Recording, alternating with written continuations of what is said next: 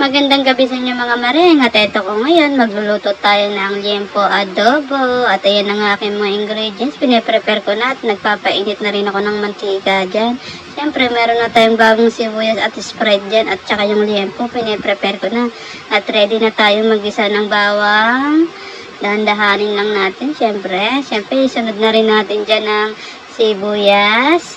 Gisa-gisain lang natin yan, mga maring. Halo-haloin lang natin mabuti. At pag brown-brown na, isunod na rin natin ng liempo sa ating mahiwagang kawali. At ayan na nga, halo-haloin din natin yan para umikot yung mga sibuyas bawang sa ating liempo. At ayan na nga. Siyempre, sunod na rin natin ng paminta. Lagyan natin ng paminta ang ating liempo.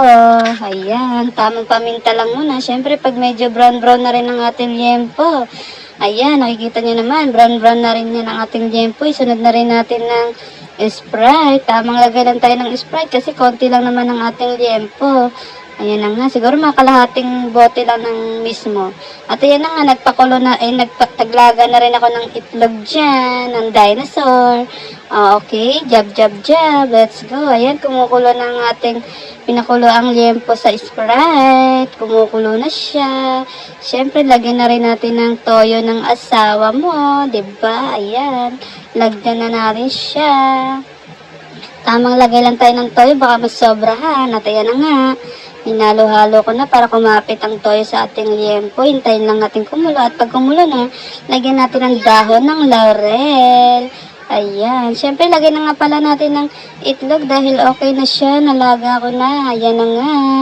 At ayan na nga pala ang resulta niya. Pagkatikutin natin niya sa ating adobo.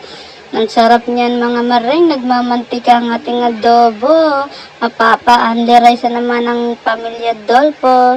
At ayan na nga, kumukulo na siya. Kita-kita niyo naman, nagmamantika ang ating liempo sa adobo. Ayan o, ayan, ang sarap-sarap niya ng tignan. Underrice na tayo mga maring.